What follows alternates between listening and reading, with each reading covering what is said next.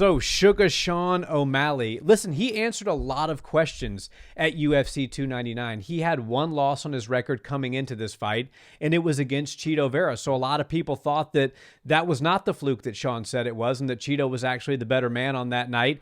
So he was coming in to prove that he could defeat the one man that blemished his record. Right. And then the other thing that we were kind of hoping to see out of Sean, because the way he won the belt was so quick against Aljamain Sterling, we didn't see how gritty he was and how good his cardio actually was in the championship round. So he answered to me a lot of questions. He looked like the champion in there. He looked very composed. He looked levels above Chito as far as a technical perspective is concerned. He had an answer for everything Chito was throwing his way, and Chito had no answers, if we're being honest, for anything that O'Malley was doing. So I want to get your thoughts on his performance, because to me, this was a very impressive win. Oh, it was the absolute coming out party for Suga Sean, who was already a star for the UFC, but last night proved a whole lot of things to the world. We've been saying it on here for a while that we think Suga Sean is, if not the best striker in the world, the top three. Easy peasy, yeah. He's on that list. And last night I had some questions about how he might look in the championship rounds, especially against a guy like Chito Vera, who we've seen come on strong and look even better in the 4th and 5th rounds in some of his 5-round fights. And I got to say, the composure and the ability to stick to the game plan that Suga Sean showed was truly high level. It was maybe some of the most masterful striking that we've ever seen. Definitely the best striking we've seen at the bantamweight division, which is, known for having nothing but skillful opponents and skillful competitors, basically since the inception of the division. And I really think that Suga Sean answered a lot of questions for himself last night. The story of the X's and O's was the feint. And going into this fight, we knew there was probably going to be a speed advantage for Sean and a durability and power advantage for Chito. And we also said in the predictions leading up, okay, Suga's very elusive, so it's going to be hard to finish him because he doesn't get hit that often. And the same thing can be said, but for different reason for Chito, right? He's very hard to finish, but not because he's so elusive. It's because he's so durable and so tough, and he never gets dropped, never gets beat, never gets finished. And I really think that the 4th and 5th round proved to us that Sean O'Malley is not just a fast starter. He's a great finisher. He's somebody that knows exactly when to push on the gas, exactly when to pull off. He's got great range. He knows how to deceive his opponents and make them think that they're out of range right when they're in his range and his sweet spot. He's landing on the end of those punches. It looked to me like he had some foot issues leaving the cage, and even in the post-fight interview, he had a cast on. So he might have hurt something in his hand early in the fight, and that's why he was throwing a lot of hands, but he was also being pretty conservative and not trying to go for kill shots. And that's also probably why he stopped kicking so much. Yeah. One thing you can't do is if you're out there and you're kicking heavy and you're trying to keep somebody away and keep them at bay by using kicks, is if you accidentally kick an elbow, there goes some of your great weapons, which is the kicks. I mean, Suga Sean is known as a high-level kicker, but he was putting it all together with his hands last night. And, of course, he'd throw kicks at the right time, but he was really waiting for those perfect moments where he knew he could land on the soft part of Chito's body and not have to worry about landing on a shin bone, on a knee bone, on the hips even, and especially on the elbows. And he looked so good doing it, man. The body work, the footwork, and the footwork's another thing about the kicking that you have to watch out for. If you're an elusive guy and you move and you use every square inch of the octagon like Suga does, you need high-level footwork. You need to have fresh legs. You need to have fresh feet. And kicking somebody's elbow and breaking something in your foot can kind of slow you down. So I thought, top to bottom, it was the most masterful performance that we've ever seen out of Suga Sean. The way he was selling those feints and the way he got Chito to start biting on the feints, which is different than what we've seen a lot of people fight Suga Sean with, is every time he moves, every time he feints, every time he pumps something at you or shows you a little something, people bite on it. Yeah. Chito wasn't biting at first. He had to feel the power at first, and then he started biting, which was masterful. Man, enough good things cannot be said about Suga Sean O'Malley. We've only got about 10 minutes to make this video, but I could go on for an hour, and I guess we'll keep going. But the X's and O's of this fight lived up to the expectations and then some. And I think the champ proved to us not only is he one of the best strikers in the world, but he's a dominant champion, and he can absolutely go through 25 minutes. Yeah, for me, the takeaways were Sean's creativity. Chito was very confused by a lot of what Sean was throwing his way. He was mixing it up well. He was switching the stance well, and Chito could never really get a read. To me, Chito looked like he was stuck in the mud a little bit, and Sean looked like he was kind of ice skating around him. It was really a thing of beauty. It was flustering Chito really bad. Very much. And then the feints were another thing. You mentioned that just a second ago. I think Sean's ability to feint. You want to take away, say Sean's not the best striker in the UFC because we have Leon Edwards, we have Poatan, we have some, Israel Adesanya. Yeah. Okay, fine. That you can make that argument, and I'm not going to die on that hill. But the hill I will die on, Sean O'Malley has the best feints in MMA right now, for sure, bar none. His ability to feint pre-combination, his ability to feint post-combination, mid-combination, and freeze his opponents after he lands something of substance, and then stop, freeze them again, and land something again after that. The follow-up, the accumulation, and the volume, it's really a thing of beauty. And listen, I get that some people don't like Suga Sean, his personality, his personal life outside of competing. They don't like his haircut. They don't like his tattoos. They don't like the pink shorts or whatever. It's too brash. But at this point in time, if you're just still saying that Sean's being propped up due to quote-unquote Dana White privilege, or he's avoiding certain fighters, I believe you're just a Suga Sean O'Malley hater, because this guy showed that whether you like him or not is up for your own personal opinion. Right. But what's not up for debate is how good this young man is. Oh, yeah. And at only 29 years old, he's got a very bright future ahead of him. He's already defended the belt. He's already righted the one mishap on his career, which is a loss to Chito Vera. Looking forward, there's a lot of tough guys at 135. Merab Dvalishvili is there. Corey Sandhagen's there. Of course, Ilia Topuria is there. But I think that, I'd like to see one more title defense. Perhaps I think Merab has done what he needs to do to get that title shot. But listen, here's the thing, and we can talk just briefly on this.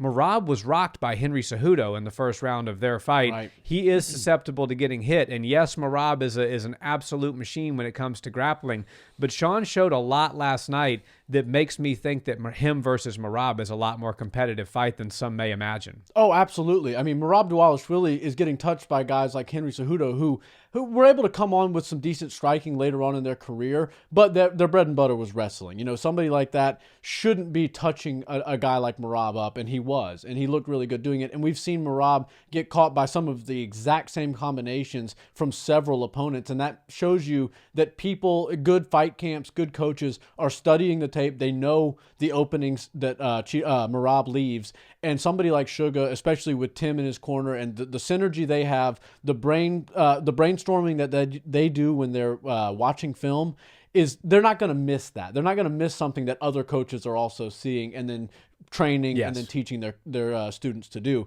I think Suga Sean O'Malley actually has a really good chance at doing the exact same thing he did to Chito Vera to Merab Dvalishvili. Merab, of course, is going to put a little more pressure than Chito did. Chito, after the second round, realized, all right, this guy's way faster than I thought, and it doesn't feel like in rounds 3, 4, and 5 he's going to slow down because he's so smart at conserving energy and throwing, the barrage of punches, throwing combinations, and then throwing just enough variety without getting crazy.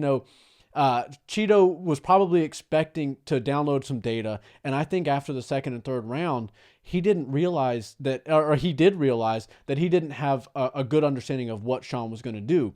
And Sean, man, everybody talks about how he's like this dynamic electric striker, and he is. But what I really liked out of him was that he kind of threw away all of the flair, all of the extracurricular stuff, and threw meat and potatoes at Chito. He was hitting the body beautifully. The way he was jabbing the body, and the jab the jab to the body in MMA is very hard to land because you have to change levels in a way, and you have to dip your head down a little bit, which can leave you open to knees and kicks, which is not something you have to worry about in boxing, which is why you see so many beautiful jabs to the body in boxing, and you don't see it near as much in MMA. But the fact that he found the timing on it, the fact that he was able to not only find it with his long jab, the lead hand, but he'd also find it with the two, and then he'd switch stances and do the exact same thing on the other side. It shows he just had perfect balance, perfect range, and his distance management was something like we haven't seen in a long time. And everybody likes to throw out the, oh, well, it's range versus, shorter guys, or, you got to be able to use every inch of the octagon. And a lot of people just say that as a talking point. They don't really understand what that means. And I think a lot of fighters have a difficult time truly understanding it and then bringing it to life in the octagon. But Sean O'Malley was sitting right outside of Chito's range. He was basically paralyzing Chito because Chito wasn't even willing to throw anything and started to basically live behind his high guard. If Chito Vera would have risked it a little bit more and a little bit more frequently early in the fight, he might have found some interesting exchanges with Chito like we saw in rounds 4 and 5. I know he lost every minute of that fight, and the rounds 4 and 5 weren't much more competitive than rounds 1, 2, and 3, but Chito Vera, the only opportunities he had was when he kind of risked it for the biscuit, came in guns a-blazing, had to drop his hands a little bit, throw some things back. And you and I, we talk about it all the time. There's 3 levels of defense when you're talking about MMA. And the first line of defense is offense. You've got to throw stuff. If you're throwing punches at somebody's head, they can't be worried about what they're throwing at you. They have to watch out for what you're throwing. Now, I understand that there's times where you can't just throw offense, so you need an active defense. You need parrying. You need, slipping. You need some rolls. In MMA, you need some blocking for kicks and things like that. And then the third and final line of defense is your high guard. It's something to protect you. You're going to give up a little bit of vision because your arms are quite literally blinding you. But Chito Vera kind of bypassed step 1, kind of bypassed level 2, and went right into a high guard, and that was blinding him. And Suga Sean is so good at creating those angles, and while some of them look minuscule, they look like small angle changes, they make all the difference because you become invisible to your opponent for the time being because they're behind their high guard and they can't see where you went.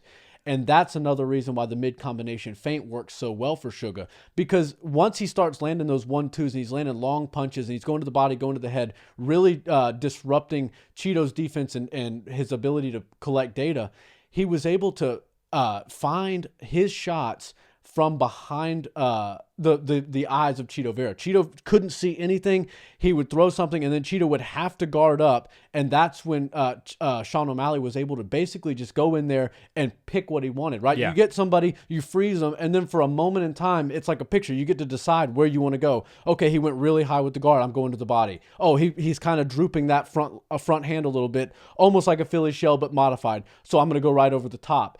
And then he'd switch stances and do the exact same thing on the other side. And it was just so confusing. It was sensory overload for Chito Vera. He had no answers for him. And the fact that we saw Suga Sean O'Malley utilizing new moves and different techniques in the championship rounds speaks volumes to his arsenal of weapons that he has. Yeah, and one more thing I want to touch on, too, because Chito did have very few moments in that fight. And as you said, they were all late. Yeah. And Sean showed me a little bit of a dog in him, which was something I wanted to see if he had. And every single time Chito landed something of substance, half a second later, Sean was throwing something heavy right back in his face. And that speaks to the best defense is a good offense. And Sean very rarely was he being defensive in that fight, but the couple of occasions that he was right back on the horse, right back in Chito's face. And when you're showing a willingness to engage, when you're way up on the scorecards, I mean, Tim Welch told him in between round 4 and 5, you can run this round if you want to. There's no need. This guy's going to come out. He's probably going to look for something crazy because this is his last chance, more than likely, at a stacked bantamweight division of fighting for a title. He's going to go for broke. Don't engage. Avoid it. Sean listened to him to some degree, but Sean also showed that he's got a dog in him, and he wanted to finish that fight before the final bell for the entire 25 minutes. So kudos to him for that. Very excited to see what he does next. I think the Merab fight makes sense. I'd love to see it. And if he wins that fight, he deserves a crack at Ilia Topuria. Say what you want about how the odds will be on that fight, how much more powerful Ilia is. we can debate all of that, and I think there's a case to be made on both sides.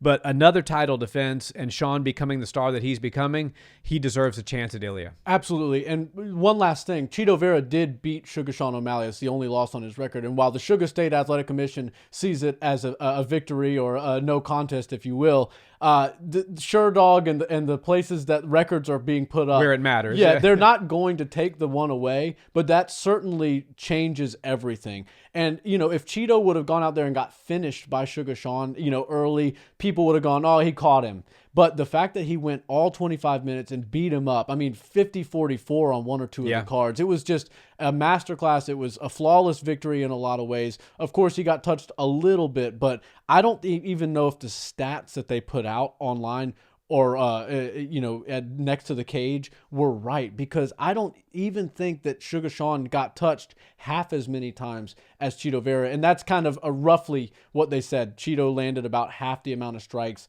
that Sean landed. I just didn't see it. I was seeing him hit a lot of air, him missing everything, and what he did land usually was going towards the guard. It was going towards the hands. So I think Suga Sean O'Malley answered a lot of questions for himself. He answered a lot of questions for us. And that one probably felt better than almost any of his victories so far, because he realized he can go real hard in the championship rounds. He beat a guy that was the only guy to ever beat him previously. And while he did really want to get a finish over Chito because Chito had a finish over him, the next best thing is doing what you did there and going all 25 minutes, because at the end of the day, a lot of people love to see a rubber match when two guys go 1-1. But if these two guys never fight ever again, and give us the trilogy, I'd be okay with it. And I understand fully that Suga Sean O'Malley is the superior fighter to Chito Vera.